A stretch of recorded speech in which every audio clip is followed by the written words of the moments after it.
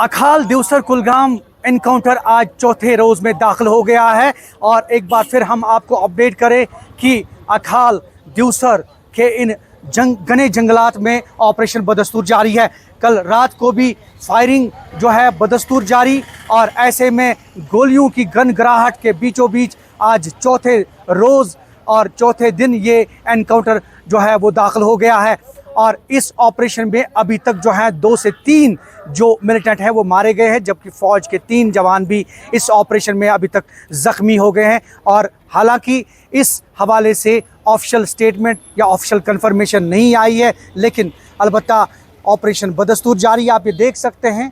यहाँ जम्मू कश्मीर पुलिस की अगर हम बात करें, फ़ौज,